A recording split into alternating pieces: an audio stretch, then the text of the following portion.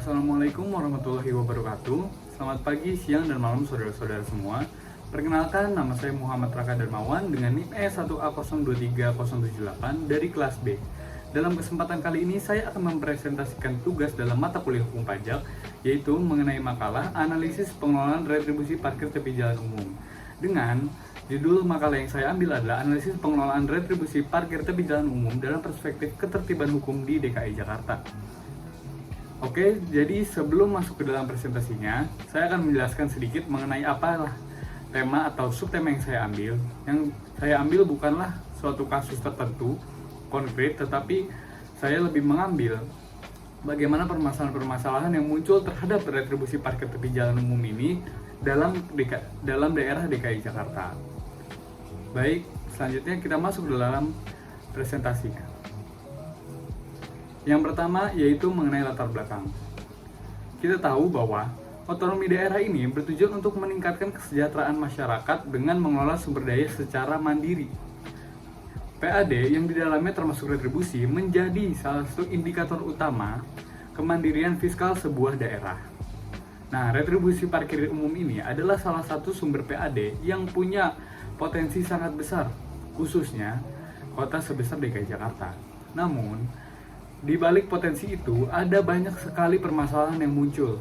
Makalah ini saya buat untuk mengupas tuntas masalah tersebut dari perspektif ketertiban hukum. Oke, lanjut. Permasalahan utama yang saya ambil itu ada 3. Ya, termasuk yang saya temukan. Pertama, maraknya juru parkir liar dan praktik pungutan liar atau pungli. Kita seringkali menemui juru parkir yang mematok tarif seenaknya bahkan tanpa memberikan karcis resmi. Dan itu adalah praktik yang sangat-sangat tidak sesuai dengan peraturan perundang-undangan yang sudah ditetapkan oleh pemerintah.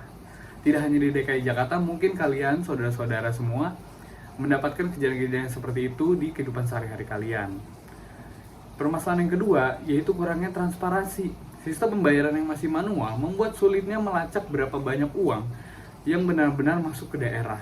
Nah, teman-teman atau saudara-saudara ini pernah mikir nggak sih, bagaimana ketika kita membayar parkir di tepi jalan seperti halnya kita sehari-hari, apakah uang yang kita berikan kepada tukang parkir itu benar-benar masuk ke dalam pendapatan daerah? Dan permasalahan yang terakhir, lemahnya pengawasan dari pihak berwenang. Ini membuat pelanggaran terus terjadi tanpa ada efek jera yang berarti. Ya, seperti yang kalian rasakan sehari-hari ini, bagaimana banyaknya juru parkir liar yang masih berkeliaran dan kalian tidak tahu kan sebenarnya mana sih juru parkir liar yang sebenarnya legal, yang sebenarnya memang dia bekerja untuk pemerintah, memang dia bekerja dalam pengawasan pemerintah. Nah, mungkin dari ketiga masalah ini mungkin dapat menjawab sebenarnya bagaimana peraturannya, bagaimana seharusnya pemerintah dapat menyelesaikan atau mengawasi dari retribusi parkir tepi jalan umum ini, khususnya juru parkir liar. Oke, selanjutnya kita masuk dalam pembahasan. Yang pertama ada dasar hukum dan fakta di lapangan, dimana mari kita mulai lebih dalam dulu nih. Secara hukum, landasan yang dipakai untuk retribusi parkir ini sudah sangat kuat sebenarnya. Ada Undang-Undang Nomor 1 Tahun 2022 atau Undang-Undang HKPD, yaitu hubungan keuangan antar pemerintah pusat dan pemerintah daerah. Serta ada juga Perda, di mana makalah yang saya ambil ini adalah di DKI Jakarta, maka Perda DKI Jakarta yang saya ambil nomor 1 tahun 2024. Tapi pernyataannya kenapa sih masalah di lapangan tetap marak sekali ya? Fakta menunjukkan bahwa meskipun regulasi sudah ada, implementasinya belum optimal. Kita melihat pungli di mana-mana, juru parkir liar memungut tarif tidak sesuai. Kurangnya transparansi juga membuat sistem manual ini menjadi celah bagi kebocoran pendapatan. Itu yang sangat bahaya, saudara-saudara semua. Pengawasan yang lemah dengan sanksi yang tidak tegas membuat para pelanggar merasa aman dan terus mengulangi perbuatannya. Lanjut, adanya kesenjangan antara regulasi dan implementasi. Dari sini kita bisa melihat adanya kesenjangan yang besar antara regulasi dan implementasi. Aturan sudah ada, tapi bagaimana sih praktiknya? Praktiknya jauh dari harapan. Ini adalah akar masalahnya. Regulasi yang seharusnya menjadi panduan malah tidak berjalan di lapangan. Yang sebenarnya regulasi ini berfungsi untuk menciptakan ketertiban hukum, menciptakan ketertiban umum, menciptakan kepastian hukum, namun dalam praktiknya sangat-sangat jauh. Lanjut, adanya hambatan optimalisasi pengelolaan retribusi. Kira-kira apa aja ya hambatannya? Nah, yang pertama dari aspek regulasi. Nah, teman-teman semua, ada tumpang tindih kewenangan antara dinas perhubungan, di mana dinas ini memang mempunyai kewenangan untuk memungut atau mengatur, memanage juru parkir dan tempat-tempat parkir umum di daerah DKI Jakarta ini. Selain dinas perhubungan, ada juga kewenangan dari Satuan Polisi Pamung Praja atau Satpol PP lebih dikenal. Siapa yang harus menindak? Sebenarnya keduanya punya kewenangan semuanya, tapi koordinasinya belum efektif. Selain itu, regulasi belum sepenuhnya terintegrasi dengan teknologi modern. Nah, hambatan yang kedua yaitu aspek manajemen sumber daya manusia. Jumlah juru parkir resmi sangat terbatas. Selain itu, tingkat kesejahteraan mereka masih rendah. Gaji yang kecil ini mendorong mereka untuk melakukan pemungutan ilegal agar pendapatannya meningkat. Jelas, mungkin kita sangat sering melihat dalam kehidupan sehari-hari kita di mana banyak sekali juru parkir ilegal yang memang memungut tidak sesuai tarif yang ditentukan oleh peraturan daerah ataupun peraturan pemerintah dan undang-undang lainnya.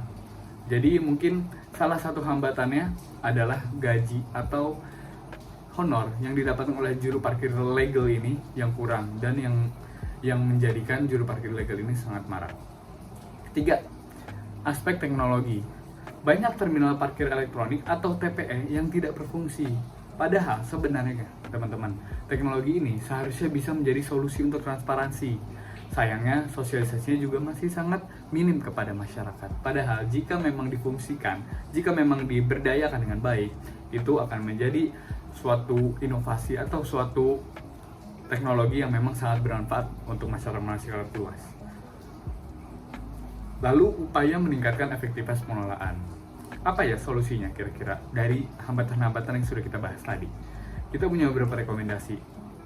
Yang pertama, perbaikan regulasi dan penegakan hukum jelas. Pemerintah Provinsi DKI Jakarta perlu menghilangkan tumpang tindih kewenangan dan membentuk tim gabungan yang solid. Selain itu, sanksi harus ditegakkan secara tegas dan transparan agar ada efek jerah. Lalu solusi yang kedua, adanya optimalisasi manajemen SDM. Juru parkir resmi harus mendapatkan pelatihan terlebih dahulu, dan selain pelatihan selalu harus ada sertifikasi secara berkala. Dan yang paling penting, kesejahteraan mereka harus ditingkatkan. Misalnya, dengan skema gaji tetap yang layak, ini akan memutus motif mereka untuk melakukan pungli. Selanjutnya, ada upaya yang ketiga. Upaya yang ketiga yaitu pemanfaatan teknologi. Pemerintah harus memastikan semua TPE berfungsi dengan baik. Selain itu, mengembangkan aplikasi pembayaran digital yang sudah saya sebutkan tadi, yang mudah diakses dan disosialisasikan secara masif kepada masyarakat. Nah, dari ketiga solusi tersebut, mungkin saja memang jika diterapkan kita bisa mendapatkan kepastian hukum, ketertiban hukum, dan ketertiban umum yang lebih pasti, yang lebih baik dari adanya peraturan-peraturan yang memang sebenarnya sudah menunjang, secara formal sudah menunjang, namun praktiknya apa yang dituliskan dalam undang-undang itu belum tentu sesuai dengan apa yang sudah ada di undang-undang. Selanjutnya adalah simpulan. Nah, sebagai simpulan, pengelolaan retribusi parkir DKI Jakarta saat ini masih belum optimal, jelas. Meskipun dasar hukumnya sudah sangat kuat, masalah utamanya adalah kesenjangan antara regulasi dan implementasi. Hambatan yang mencakup aspek hukum, manajemen sumber daya manusia, dan pemanfaatan teknologi. Lalu selanjutnya yang terakhir yaitu saran. Maka dari itu, saya selaku pemakala di sini menyarankan agar pemerintah Provinsi DKI Jakarta agar dapat fokus pada 3 hal utama. Yang pertama, perbaikan regulasi, peningkatan manajemen SDM, dan pemanfaatan teknologi. Tujuannya sangat jelas, untuk menciptakan sistem pengelolaan retribusi yang lebih efektif, transparan, dan pada akhirnya mewujudkan ketertiban hukum bagi semua pihak. Baiklah saudara-saudara semua, tadi itu adalah presentasi dari makalah saya yang mengangkat topik yaitu retribusi pelayanan parkir tepi jalan umum di DKI Jakarta. Salah kata dan kurang-kurangnya mohon maaf. Saya Muhammad Hakar Maman, sekali lagi mohon maaf. Terima kasih. Wassalamualaikum warahmatullahi wabarakatuh.